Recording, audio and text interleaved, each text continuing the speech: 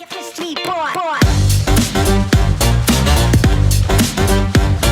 everyone ready? Thank you everyone for joining us. Before we dive into the topics, everything interesting about search arbitrage, my name is Aran. I'll be moderating this panel. If you had the pleasure of running native ads in the last 7 years, you had the bad pleasure of working with me. I'm currently working as a growth business consultant, but I let introduce you guys yourself. You're more interesting than I am. Step by step. I'll start. My name is Alon Biderman. I'm one of the co-founders of Vugify, which is an agency that sells TikTok and Facebook videos and a TikTok official partner. And I'm here to speak about the creative part of Search Arbitrage. Hi, I'm Jos. I'm the founder and managing director of Click-Through Media. We're a performance advertising agency in Amsterdam, and we focus on search arbitrage since 2021. My goal today is to add value to this panel from a media buyer point of view. So can't wait to get it started. That sounds good. And then I'm the last, no? But from the first feed provider, so I'm managing the sales activities of Tonic, which is basically the platform that allows you, to do magic things, which we will talk about later throughout this panel discussion, I guess. Yeah. So guys, before we jump into all the tips and tricks and what needs to be done, there's some scary things we need to discuss. A lot of you guys are scared about the consent rules Google are implementing right now. Wolfgang, can you tell people, is it going to be as bad as they imagine, and what can they anticipate from the consent changes in Google? Yeah, that's a good point. That's definitely a topic, that's important for 2024, which we, of course, also had on the radar. And basically, it's about, and that is very important, it's a EU regulatory law. So this has nothing technically to do with any Google compliance or any provider compliance. It's really a law that has to be now put into place. And for that, indeed, we have to come up with a banner for the pages we send the traffic to, but it will basically be like essential opt-in and then all opt-in, like it from the cookie consent banner. And that already brings me to the most important fact about this. This is not a complete revolution. This is already happening, especially in Germany, Europe. This is commonplace that users are familiar. Everywhere you click, you have to do this additional click. And in this regard, that is really important for you to understand. We also see this from the angle that this further qualifies the traffic, So it's not only an additional step, but this can even legitimize the campaign. So the outcome can be two ways, but we're already testing it. And so far, I would say, I'm not always saying that any lawyer, brings in happiness, but in this regard, I'm quite confident that we can manage this regulatory. Jos, I want to touch this point with you as well. Yeah. You guys are the masters of media buying. Do you think adding that one additional click to the funnel is going to make a big difference, or the result's going to be the same? I think it's a massive difference. I mean, we run search arbitrage since 2021. Before that, we used to run all sorts of affiliate offers with our pre-lenders. And our goal was always to remove every unnecessary click. So I love it, like how you try to tone it down a bit. But I think it's pretty serious, and it would definitely evolve. Well, it's a European market and the UK, right? UK, yes. Yeah, it's not as easy as just something we need to deal with. I think we should take it like a bit heavier, as you mentioned. Maybe that's exactly what you're here for, and that's also very important that you point this out this way. That, of course, was also our first reaction. There's an additional step. How can we deal with that? What will the users tell? But we have the advantage. We can test this with a massive amount of traffic, and so far, as said, this is still about to be applied next year. So it's also talking about future. But from the test we already did, we see that it doesn't only have the negative output, that some will say, okay, where I'm ending up. It's also a positive outcome for the CDR, and that is our conclusion. It must be related, that it legitimizes this flow. Because, as mentioned, in Europe, especially I can tell from myself, you see this everywhere. And this is, to some extent, then simply familiar, seeing that. So in my eyes, again, as I'm also personally, always rather optimistic than pessimistic, but it's even, again, compared to my private life, this time it's data-based and has some foundation. So don't be too scared about that. Well, we still have to scare them. There's some scary topics coming up. We all heard about AFD, which is the traditional park domain search arbitrage that we know. And we know there's ASOC, which is more content-based, something new coming up. Josh, do you think one of them is going to overshadow the other? Is one of them growing faster? What can people expect to happen in 2024? It really depends on the source, I think, because it's a totally new contract, right? It comes from the content arbitrage space instead of the parking domain space. Will one take over the other? I think if you take it like a bit broader, that like the sources are more favorable for content. In that sense, yes. We'll already see it now if you run the ASOC feeds, that there are more sites willing to accept it because they will label it differently. Will it take over the AFD feeds? I don't think it will work like that. But on certain sources, which are not open for it yet, those will be favorable for it. Alon, as the master of creatives, when you create to your clients new videos for TikTok, for example, is there a big difference in how you approach ASOC or how you approach the AFD feeds? Well, basically, I think that approaching websites with more content and not just a few keyword blocks requires a little bit more of clarification of what's going to happen after they click on the ad. Especially when we're talking about, people that are going to see some content before they actually click on anything. So I do think, and what we are seeing now also, is that this entire change comes as Google requires content and real content to show to the users and not to mislead or anything like that. And we're seeing a strong correlation between the content in the ads and the content that actually is being shown to the users. So yeah, I think this shift to content is also showing how Google wants to show ads to users, and it obviously affects the way that you make the ads for them. No, I absolutely agree here with Alon, as I often do. It's better for my safety as well. No, but I definitely guarantee you this is the direction I think in general, and also here as I'm speaking as a feed provider, I'm not the media buying, we're really only providing the platform. And for us, of course, the key for success is the quality, and the quality means the user experience, So they really must have, the impression and also the feeling that this funnel adds value to them. And how can you do this? This in the end can only work by good content, yeah? And therefore, I absolutely agree with Alon. This is the direction, and I'm pretty sure that also our tier 1 partner has the same opinion about that, yeah? Good value, good content, good people, and then good money. So we're done scaring them, right? We can start giving them helpful tips. Let's dive into vertical exploration. Jos, when you guys want to try and find a new vertical, someone else is talking with us. That's We're commercial. sitting great. Like I'm half deaf on my Don't right run ear, away. and now you're on this side, so this is going well. Sorry, I'm leaning a bit towards you. Yeah, when you and your team, you want to explore a new vertical. Yes. What's the first step that you do? How do you go about it? Well, that depends a bit like on what media buyer you would ask this, to be honest. There are a lot of... Why? That's a difficult question, because you can run every vertical you want on Search Arbitrage, as long as you're like creative enough. If you look at the list of the possibilities in Tonic, when you see like the offer list, it's endless. So it doesn't mean they all work, but everything is possible as long as, there's budget on Google.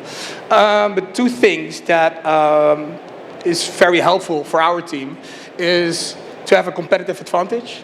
So where can we make the difference? A really common one is like speaking the native language.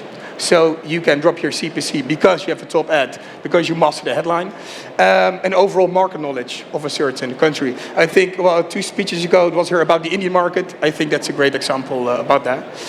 The second point, the keyword reporting. That's where we get like a lot of niches from, to be honest. We save all our data. We're already doing that from 2021 when we started with it. When you first start with a pretty like broad vertical, then look at the keyword data, like by the keyword data that Google is inserting. So they will take over the keywords, and that's what Google wants you to buy. So we follow Google's direction. We listen to Google. Yeah. Wolfgang, how do you guys support the test? Are you guys giving tips to your new affiliates, to the existing ones? Correct. Actually, of course, you know, we want to be on the side of our partners because in the end, if you win, we participate. So it's a win-win situation. And for example, for native, you know, we would supply a kind of best vertical list, you know, where we give you also hints and direction. But in the end, I will also emphasize here, you know, search arbitrage, as the word already says, you know, it's arbitrage. Arbitrage, where does it come from? You know, it's utilizing differences. And these differences, you know, don't happen within 1 month, within 1 week. It's happening literally within the day. So it's a fast-paced business. And please keep this in mind. Yeah. So it's nothing you can basically plug in and plug out. It's really something you must be dedicated to. And the second thing about this is then, as it comes along with everything, again, also in private life, you need to invest, you know, and this is why I'm very upfront with you, you know. You need to bring in some capabilities, you know, to be also able to do your homework, which is basically, you know, trying things. And trying things doesn't mean throw $50 here and $80 there. It's really, you know, sophisticated tests, you know, and thoroughly targeting areas. And then, of course, we are on your side because we provide you with all the technical tools. You get all tracking solutions you can think of, and in addition, hints. But in the end, then it's up to you. We put you on the track, and then you have to make the last meters. Some are faster, some are slower, and some unfortunately go home. Jos, is there a magic number, an amount you have to invest in a test for a new vertical? No. But I think overall, depending on your source, it's always lower than you think.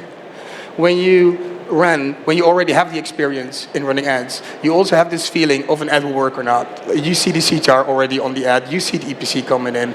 I think that it's always way lower than you think, and I would test way more verticals on the lowest budgets instead of, well, throwing $80. I think it's quite a lot if you're not sure what you're doing. So lower than you think. Alon, from your point of view on the creative side, Jos picked a new vertical. How many creatives does it need to check or test per platform, and what is the best way to go about it? Well, that changes between platform to platform and how the platforms are actually selling the traffic.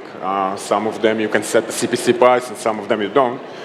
But as to a number of creatives, the more the merrier, and the more different they are from each other, the merrier. There's a lot of ways that you can attack one vertical, let's just say, either from price-wise, from many different ways.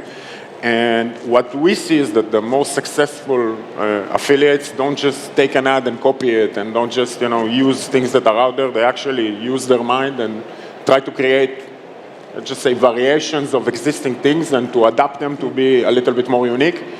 And that's really depending on how creative you are, because the more angles you have, you're going to create more ads. And in the end, we see that the people that invest really in doing things smartly and not just copying other affiliates are actually doing much better. It does require more ads from them, but more ads mean more money, basically. More ads mean that you can scale more. More ads mean that your CTR is kept higher for a longer time. And this is what we're seeing. To give you an exact number, it's really depending on a lot of factors. It's depending on which platform you buy. It's depending on how experienced you are. It's depending on which capabilities of video creative creation that you have. And it's all adapted to the budget that you have in the end. You know, a new affiliate that's starting a smaller test, I would tell him not to go into this. Affiliates that are a little bit bigger with more teams and more creative capabilities and a bigger cash flow that allows them to test, it's a lot of ads. It's a lot of ads to make. So I want to touch the point you just mentioned about, are you an experienced affiliate? Are you a big team? Are you new to search arbitrage? If you want to test something right now and you've never done search arbitrage, are you going for an evergreen keyword that we all know well, or are you trying to find the next big thing, the keyword that no one tested?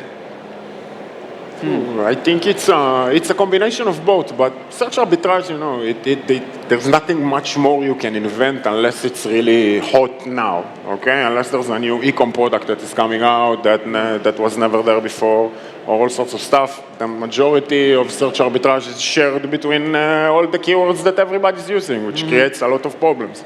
On the other hand, evergreen stuff can become very trendy. We're before Christmas now, so evergreen stuff can be adapted to Christmas, can be adapted to Black Friday, can be adapted to any trending event that we have. just to make it more unique. It doesn't mean that you're getting a different dental implant for Christmas. It's the same dental implant, but with a different kind of ad. Yeah, well, a good example for that dental implant. On a certain moment, you saw the teeth whitening taken over. So something similar, but then you saw that coming up. So we think staying close to something that works, but with a small variation. I don't think you should be like searching for the new unicorn. Yeah, good for you if you work out, but that's pretty hard. So I would stick close to, for example, dental, but then with like a different keywords in it. So like go towards long tail keywords, right? Maybe also to pick up on that, I think this is really extremely important.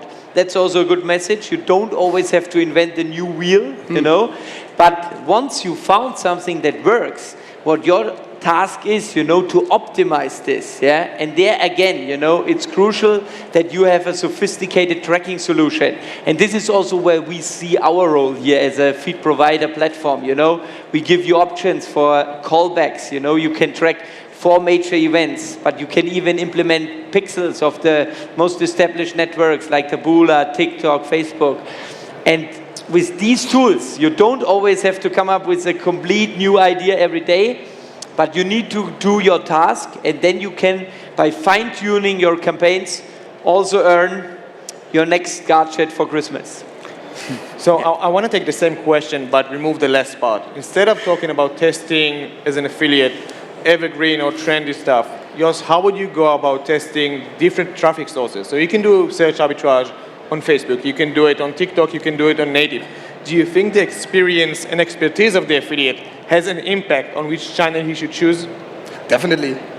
And I think we'll come back to what I said before, your competitive advantage. When I'm a great video editor, I think my preferred source to start with is TikTok.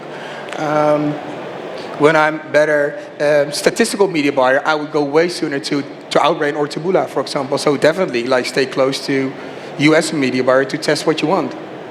Good. Alon, on the creative side, which one would you recommend someone to start with if they have a lot of experience and if they don't have a lot of experience?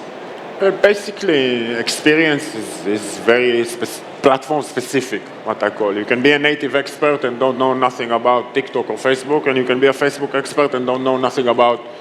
But in the end, if you want to try and get into this, there are 2 factors that you need to take into consideration. If you don't have video capabilities, you go native. If you do, you go TikTok. And that's pretty much it. I would recommend every affiliate to stay on the track that he knows and feels most comfortable with. And some people have an easier time on Facebook, some people have an easier time on other platforms. So stick to your source, basically. Stick and also to what if you you're don't strong rate in. And I also think, that's also what one has to value. The networks, Outbrain, Taboola, MCHD, Ref Content, they all, of course, also have great teams, to help you with. I think this is then also, again, the point. When you're dedicated, you're committed, then they will also help you there. That's also our experience, when working with them. Yeah, but I wouldn't rely on an account manager to get you going on Search Arbitrage. I mean, it needs to come from yourself. And if you don't run traffic yet, I wouldn't recommend Search Arbitrage you start with at all. So I think we got the basics of how to set up your first campaign, and we all know other people are running stuff. Just how do you go about competitive analysis? Are you looking at what other people are doing, and how are you learning from it for your campaigns? Well, we started somewhere, obviously. So when we started, of course, we were looking at big competitors. And you have all these tools everywhere. But mainly what we do is live spying. And live spying is nothing more to go to the websites that have native ads, get a VPN, and press as many times as you can, refresh. That's really how we do our competitive analysis. And on a certain moment, you're aware of the market. When you see an ad for a really long time on the same site, well, it must be doing something. So, well, read the market on the big sites. And especially native, that's not that hard. Wolfgang, from your point of view, copying or not copying for your competitors, do you guys want more diversified ads, more diversified campaigns? Are you okay with everyone battling each other? No, I mean, honestly, this is again, I always have these analogies to sports, even though I don't look sportive, I am, and there I always say, if you only do, what the next best team does, then you can maximally go where they are, but eventually you will want to become number one. And number one only gets the points when he does something in addition, yeah? So of course, on the other hand, it's never wrong, to see what successful players are doing. But then simply doing this one-to-one won't take you long. And this is why also our approach, we give generic or let's say directions where you can go to, but it's also not our policy, to share details and everything. Because in the end, again, who wants to meet me for the 5th time if I'm as boring as in the first time, right? This is why you always need to improve, you need to adapt, and you need to have your individual style, yeah? And this is, I think, then the road to success. You get better traffic also when you don't copy. You get better traffic for The cheaper. traffic, yes, exactly. Imagine that you are showing the same users on the same websites or on the same social network, the same ad again and again and again just by copying other players. There's a limit to how many times a person can see the same ad or a very similar one and still click again. So if you don't change something visually, in the message, in the way that it works, the creatives are not going to work just by copying them. And if they do, they are very limited at scale. Especially on TikTok. Yeah. Especially on TikTok. That's true. And given that you don't have to find any time complete new topics, yeah, I think this also sets the frame that you can focus, on optimizing it, yeah, and not just, copying like you did at school. This didn't take you to Harvard. Yeah. So I think you guys kind of touched what is called ad fatigue, right? So, Alon, if you can dive a bit deeper about ad fatigue and how it's affecting your ads on TikTok, and Jos, once he's done, I want to hear your feedback on the same thing about native. So basically, ad fatigue is just what I mentioned now. It's ads that get tired after a while. Specifically on TikTok, this is happening much faster because TikTok works on audiences. It shows your ads to a certain audience that might be relevant. And once you start exposing the ad a lot to the same audience all the time, the CTR starts dropping. So basically, ad fatigue is one of the biggest issues on TikTok, that ads get tired very fast. The lifespan of ads that are really at scale, sometimes it's 3 days, sometimes it's 5 days. The majority of the times it's under a week. And once that happens, the only chance that you have is actually having a bulk of ads that are, let's just say, touching the same vertical or the same keyword, but with different angles that are similar to each other. There are many ways to attack ad fatigue, specifically on TikTok, but it involves creating more ads, basically. Yeah. Jos, how does it go? On a certain moment you will see decrease on the CTR, of course. But in our process, we have an entire team who is only working on creatives all the time. So, well, what Alon just said, you always need more ads. Yeah. You always need way more than you do. So ads. Yeah. On native, we upload ads every 5 days, and it goes in bulk. So you talk like 1,000 ads being shut in there. So ad fatigue, we don't see it because we just always keep vibing up the system with new ads. But fight it, you can't fight it. I think you just need to accept it and deal with it. Yeah, I wish it was 5 days on native. On TikTok, we need to switch much faster and to create, every vertical that you are scaling, you take more ads than what you actually need. Just because when you come on a Monday, you're not going to wait now until somebody starts making you videos. You need like a bunch of videos for the new week to keep the CTR going. And how big are your variations then when you have something going? It really depends on the client and the verticals, but the variations, if we have a winning angle, and we just give the same script and the same text to 10 different people that look the same and give the same message, we have 10 different ads. Correct. You see what I mean? Yeah. Okay. And basically what we do is, you can change the text a little bit, you can change the voiceover, you can change the music behind it, you can change the hook, you can change the CTAs, you can change a million things. But in the end, once you figure out what works, I'm just throwing a lot of faces behind it because we have a lot of UGC creators. There are multiple factors you can vary, But I think indeed the bottom line is, you keep the funnel going, Show must go on, You cannot rest. Rest is for the rest, So you really need to push it. And I think that is in more or less, in a few words, because we are a big audience, sometimes we have to keep it simple. But I would say, right, we can all agree, you really need to keep it going.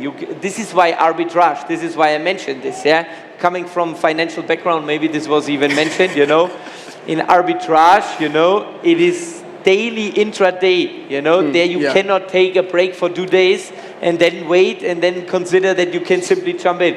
This is why it's how Alan also described it.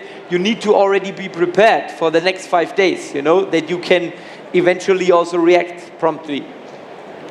Do you think there's a difference, from your point of view, in the approach for creatives between the AFD feed and the RSOC feed we mentioned, which is more content-based? Is ad fatigue the same for both types? No.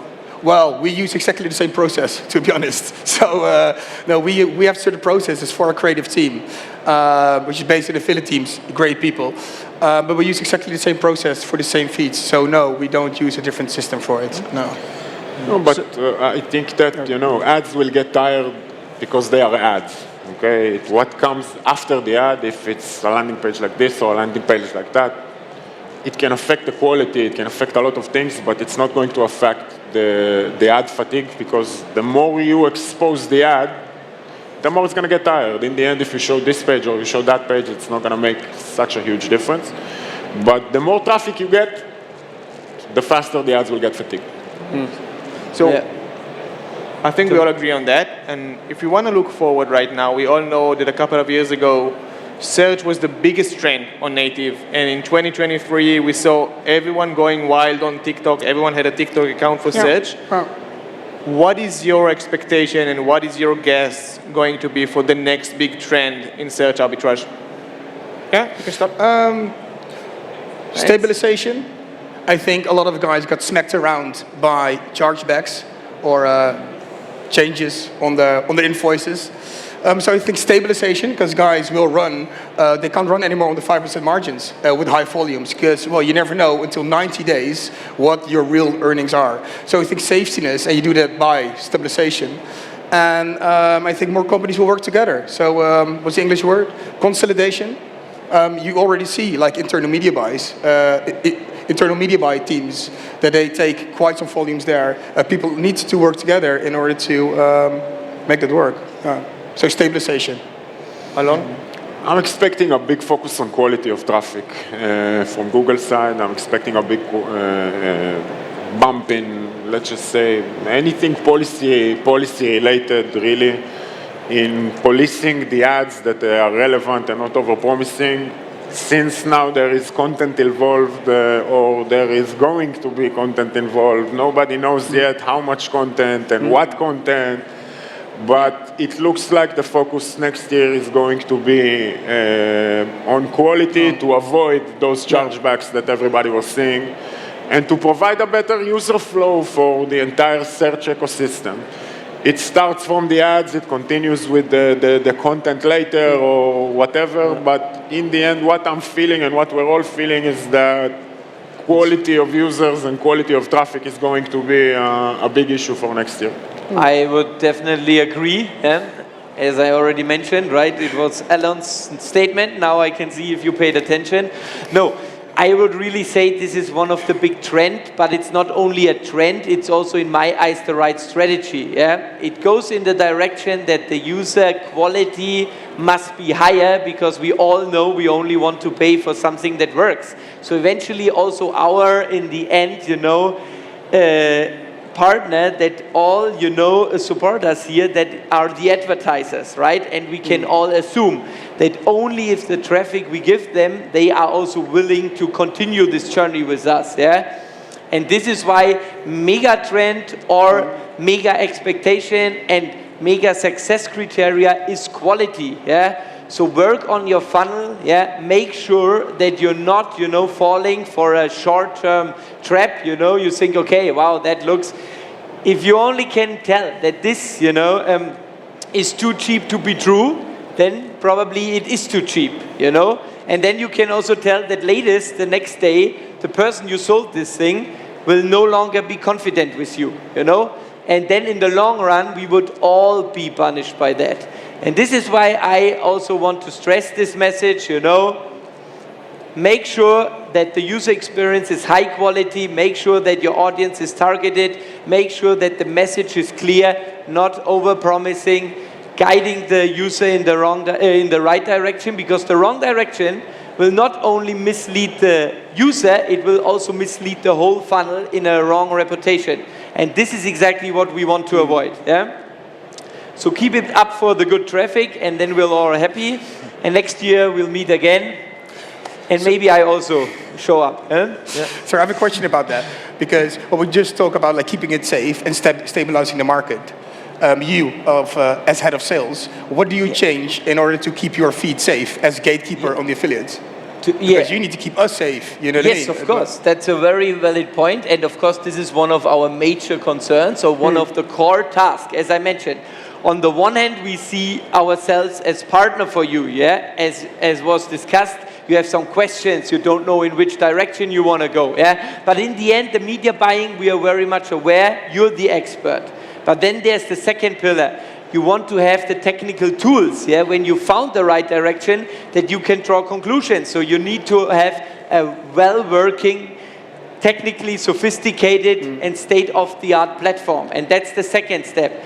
But then it all only makes sense if the environment is built in a sustainable way. And this is also why my dear compliance friends and friends, you know, are really important, even though I might not always 100% agree, especially when it comes to football. Unfortunately, they are British. But in the end, and this is the key message, you know, they make sure that your traffic is meeting these requirements. And if we see that this is going in the wrong direction, I shall also be honest, then we will be not hesitating and stop this activity. Yeah? And of course, at first glance, this might sound to you a bit harsh. This might sound to be a bit complicated. This creates some effort. But this is exactly what yours, and here he mentions, is in the end also your expectation. Because if we didn't tell you in the first place, but then in the second place, when it's too late, then we're all screwed. And that is exactly what we are really see as our core task to avoid. So we are actually ending our panel. So I want one quick last question to each one of you. If I'm a veteran affiliate and I want to take the first step into search arbitrage, which mistakes should I avoid, and what is the best way to go about this? Yeah. So news, not saving your data. Well, I didn't know what my business partner was doing, Sam, from the start. He was always working on like saving all the data in the database, and I never really understood it because I was like, let's run the ads. But now it all makes sense. That's why we have all the keyword data. So start saving all your data from the moment you start. It's really important to have it all. Yeah. From my point of view, basically, if you're a veteran affiliate marketer that wants to get into search right now, you need to understand what you're getting into. There needs to be enough budget for testing and enough patience for testing, because this is not something you break in a day or, for the majority of the cases, in a month. And unless you really are prepared to invest quite a lot of money and to be patient to understand how this works, I would consider it twice. Well, yeah, to some extent, I would wrap it up in this way, yeah. First key criteria is you need to be dedicated, and you need to understand that, as with everything in life, it only comes with some investment and some effort. And I don't want to tell you the story, you know, this is something you can set up within 2 days, and then in 5 days you leave us for a beach house at Koh Samui. That's not how it's going to work, yeah? You need to be dedicated, you need to bring in the technical skills, you need to be creative, and most above this, you need to also really understand this message that this is a long-term business where it is about to create additional value, yeah? And this is again then coming, you need to make a funnel that adds value and can sustain for a long term. And if this is something you can come up with, despite of going to this affiliate world party, then you're happy to join our platform. Alon, Jos, Wolfgang, thank you very much. Thank you very much for coming.